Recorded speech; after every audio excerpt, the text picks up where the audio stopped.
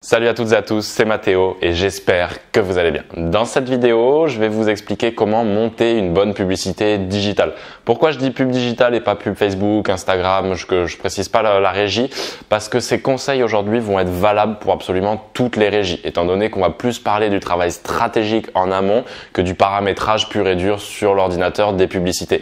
Donc je vais pas être spécifique par rapport à une régie, mais ces conseils sont valables absolument pour tout type de client, pour tout type de stratégie marketing également et pour tout type de régie sur lesquelles vous voulez annoncer et faire de la publicité en ligne. Premier point à mon sens qui est capital, ça va être de connaître son client. Aujourd'hui, j'ai trop de personnes qui viennent me voir, qui m'écrivent des messages en me disant « Mathéo, j'ai lancé des publicités, je comprends pas, j'ai pas les retours, etc. » parce qu'ils ne connaissent pas leur client.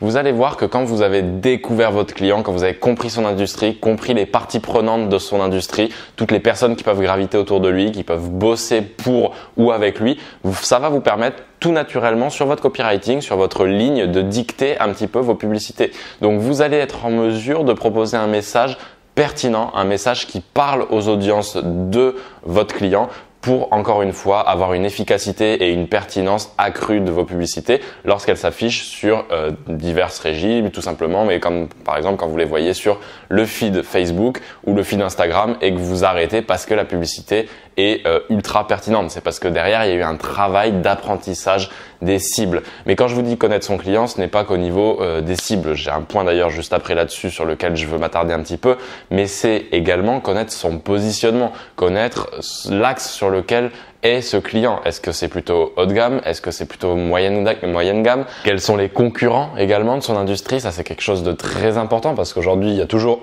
dans chaque industrie des concurrents et qui plus est, pour certains, très gros. Donc là, ces très gros concurrents, on peut s'inspirer de leur méthode de communication, regarder un petit peu comment ils font pour, encore une fois, pouvoir venir appliquer ces méthodes tout en les rendant adaptées à son client pour, justement, j'y reviens dessus, votre client final. Ou vous-même si vous faites de la publicité pour vous dans le cadre d'un produit d'infoprenariat, bien évidemment. Deuxième point, du coup, qui est assez lié à ce premier point, mais ça va être de bien connaître ses cibles, mais de faire un vrai focus, un vrai benchmark sur les cibles de ce client. Alors, vous ne devez pas tout deviner, n'hésitez pas à lui demander au client. Moi, quand j'arrive à rendez-vous, j'ai toujours un questionnaire que je mets sous la tête du client et je lui dis tiens, remplis-moi ça, ça me servira pour toute notre collaboration, toute la durée de notre collaboration, que ce soit sur des pubs, que ce soit sur du visuel, que ce soit sur de la création de contenu, que ce soit sur une création de site web, sur absolument tous les services qu'il peut me demander. Ça va m'aider d'avoir ce questionnaire, d'avoir ces réponses à ces questions stratégiques. Donc ce client, vous pouvez lui demander quels sont vos clients cibles à vous, vos prospects types. Établissez ce qu'on appelle un personas.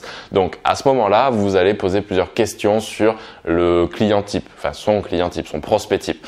Quel âge il a? Quel sexe il est, où est-ce qu'il habite, c'est voilà toutes ces données démographiques, est-ce qu'il est en couple, quelles études il a faites, est-ce que voilà il a un parcours peut-être plus carriériste qu'entrepreneurial. Voilà, établissez vraiment son portrait type, quelles sont ses passions, quels sont ses loisirs, qu'est-ce qu'il peut faire dans une semaine autre que le travail.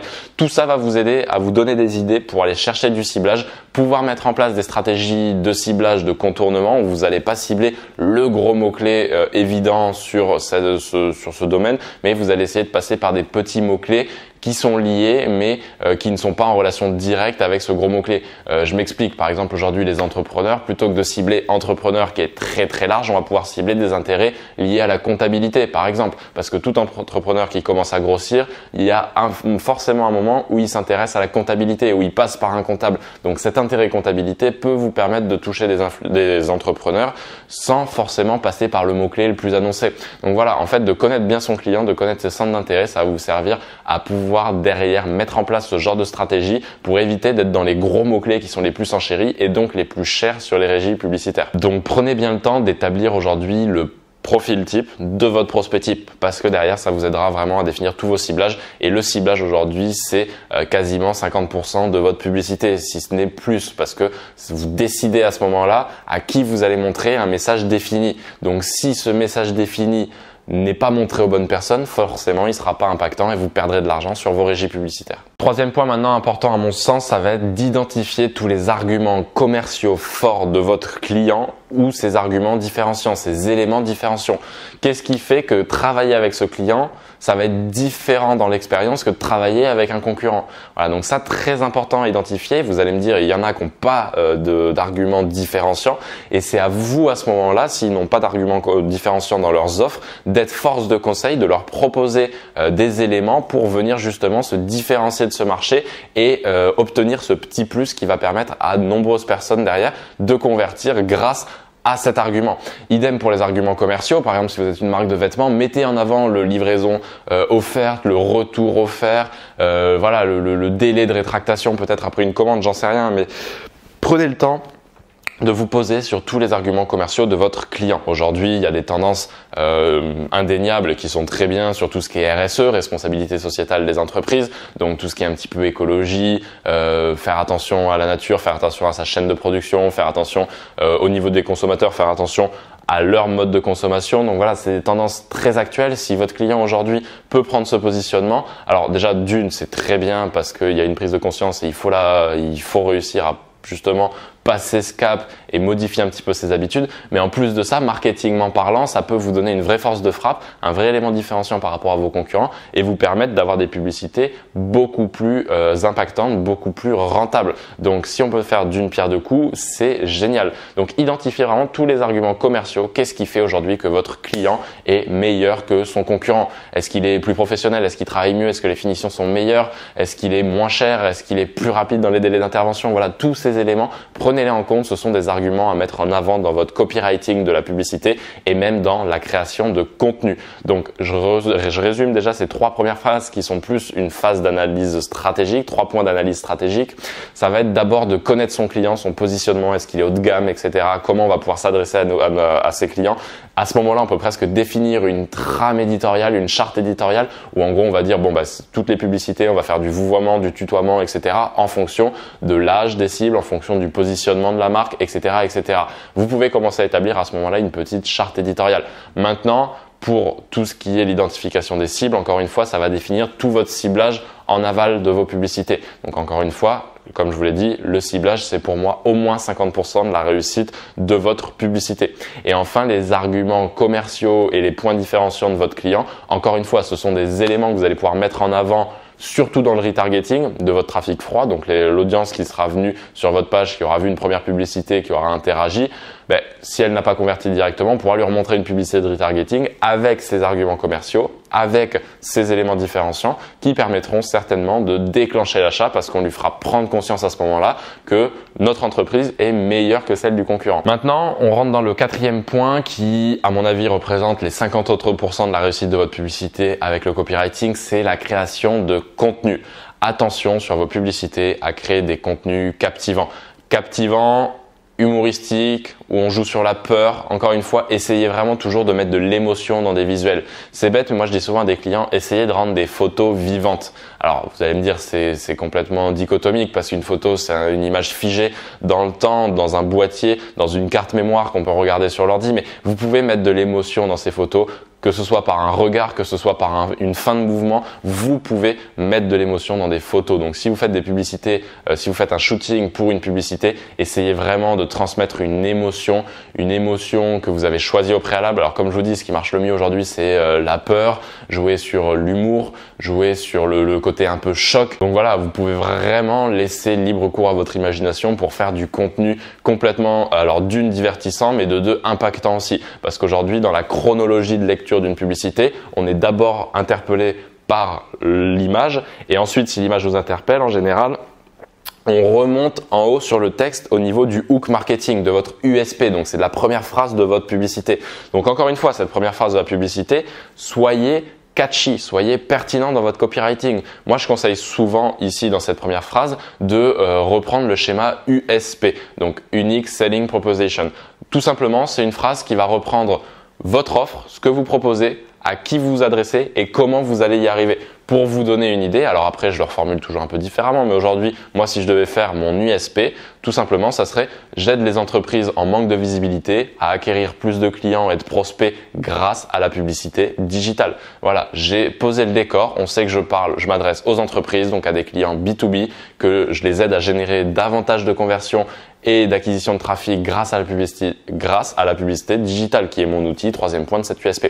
Donc je vous conseille souvent de reprendre des petites USP sympas. Vous pouvez vous amuser après dans le retargeting à mettre des premières phrases un peu différentes. Par exemple, moi j'aime bien dans des niches assez ciblées où le ciblage est assez compliqué, où le client n'a pas forcément de grosses bases de données, faire aussi un ciblage par le copywriting. C'est-à-dire que vous ciblez un domaine, par exemple profession libérale, mais aujourd'hui dans les professions libérales, on a des kinés, des taxis, des sages-femmes, des ambulances, etc. On a tout un tas de professions libérales et je vous parle concrètement d'un sujet d'un client qu'on a actuellement et ce client aujourd'hui, si on cible profession libérale, ben on cible toutes les professions libérales. Or lui il veut axer vraiment sur kiné, donc je vais cibler les professions libérales en mettant une petite phrase dans la publicité, par exemple exclusivement pour les kinés, découvrez nanana.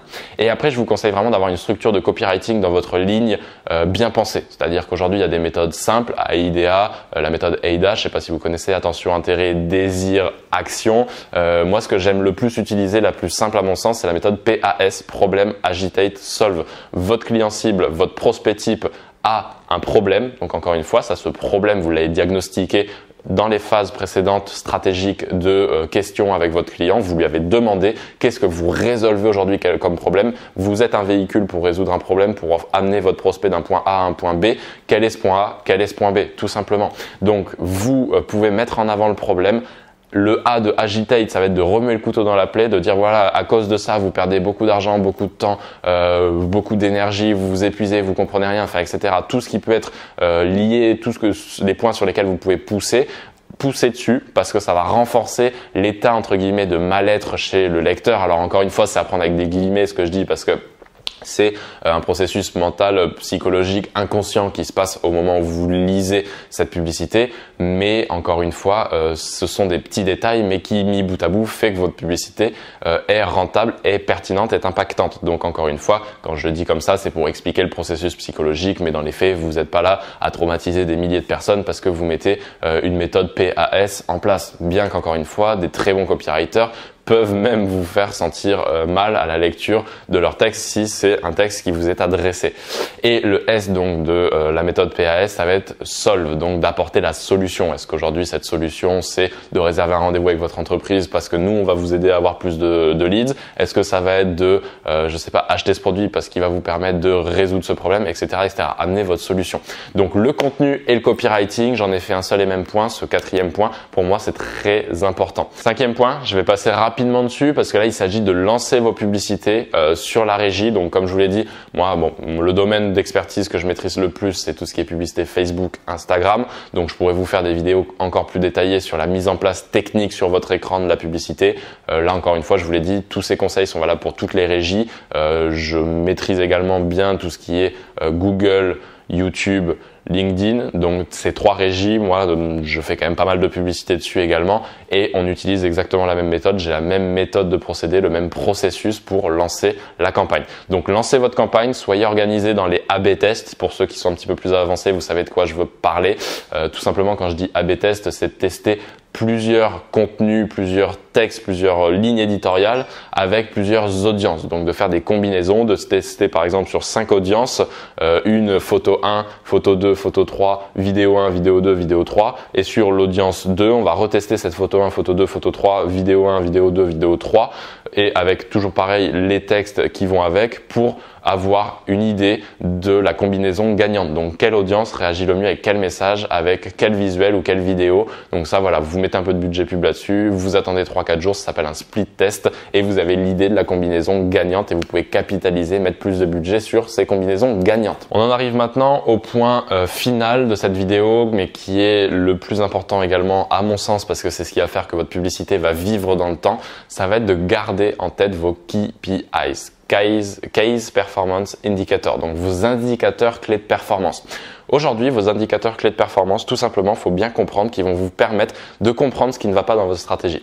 Si aujourd'hui, vous avez des très bons KPI sur votre publicité, que vous avez des coûts par clic, des CPM, des coûts par 1000, des CTR, click to rate, le pourcentage de fois où votre publicité est apparue et a été cliquée, si tous ces indicateurs clés sont bons, vous pouvez arriver à la conclusion que votre publicité est bonne, votre système d'acquisition est bon, il est catchy, on a un bon CTR, ça veut dire qu'on cible les bonnes personnes, le coût par clic est bon aussi. Si par contre derrière vous n'avez pas de conversion, que la personne ne s'inscrit pas, ne prend pas de rendez-vous, vous pouvez peut-être vous poser la question, alors soit de votre phase de follow-up, de retargeting, soit de votre phase de conversion, donc de vos supports de conversion. Donc à ce moment-là, il est peut-être temps d'aller analyser votre site web, votre tunnel de vente, tout ce que vous voulez, tout ce qui vous sert à réceptionner le trafic pour voir ce qui ne va pas. Et encore une fois, sur ces pages de conversion, on peut mettre des outils qui nous permettent d'enregistrer les sessions utilisateurs, de voir où ils cliquent, etc.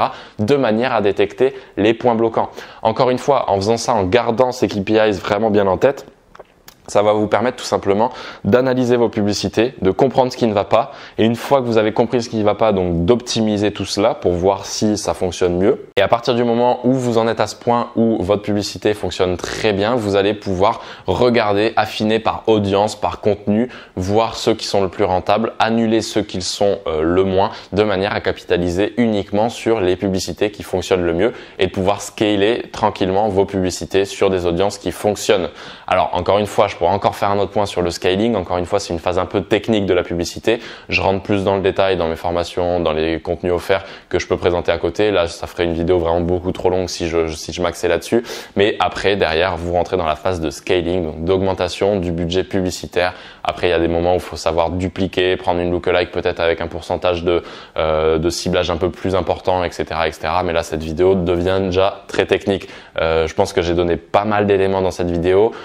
J'ai pas envie de vous surcharger non plus. C'est le moment, je pense, où je commence à me dire que la vidéo est longue. J'ai pas forcément le temps. On est quasiment à 20 minutes de vidéo.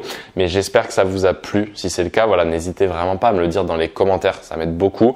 J'aimerais bien voir vos retours également. Si vous avez des envies de sujets que vous voulez que je traite dans les prochaines vidéos, c'est avec grand plaisir. Merci en tout cas d'avoir été attentif à cette vidéo. Si vous voulez aller plus loin dans la création d'agences digitales, dans l'établissement d'une bonne stratégie de publicité pour votre client, dans une stratégie globale de développement pour les entreprises avec qui vous bossez, regardez dans la description, vous avez tous les liens vers des contenus offerts, vers la formation consultante employeur également, dans lesquels je m'attarde absolument sur tous les points que je viens de vous évoquer. On est à plus de 50 heures de contenu et encore je continue toujours d'en mettre davantage parce qu'il y a toujours des sujets que je veux traiter en plus avec vous. Donc ce serait vraiment, c'est votre boîte à outils dans le développement de votre propre agence, mais également l'accompagnement dans le développement des entreprises avec qui vous allez bosser.